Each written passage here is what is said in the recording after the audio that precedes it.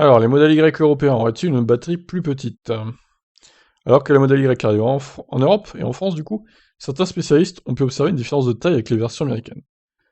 C'est ce qu'a remarqué Bob Jouy sur Twitter, après avoir comparé les données indiquées sur le configurateur du modèle Y. Alors crédité d'une autonomie EPA de 525 km dans sa version long range, le SUV ne revendique que 507 km selon le standard d'homologation de WLTP, pourtant systématiquement moins pessimiste que l'équivalent américain.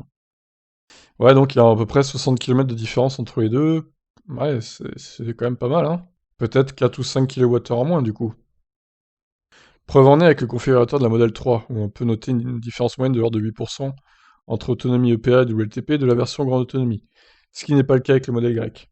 Ainsi, devant ces informations, l'internaute déduit que les modèles Y, destinés au marché européen, seraient des modèles au rabais avec des batteries d'une plus faible capacité que les versions américaines.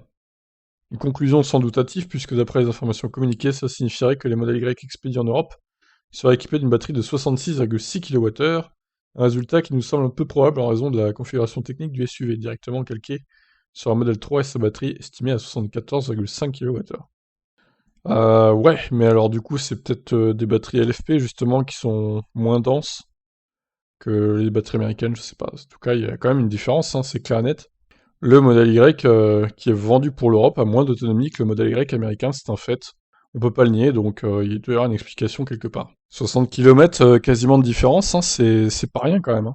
Donc voilà, bah écoutez, si vous avez une explication, donnez-la nous en commentaire, et à voir hein, si l'autonomie sera pas revue à la hausse du coup avec les futurs modèles Y produits dans l'usine allemande du coup.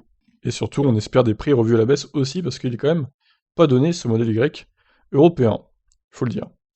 Voilà, bah, je vous laisse réagir, qu'est-ce que vous en pensez? Ciao.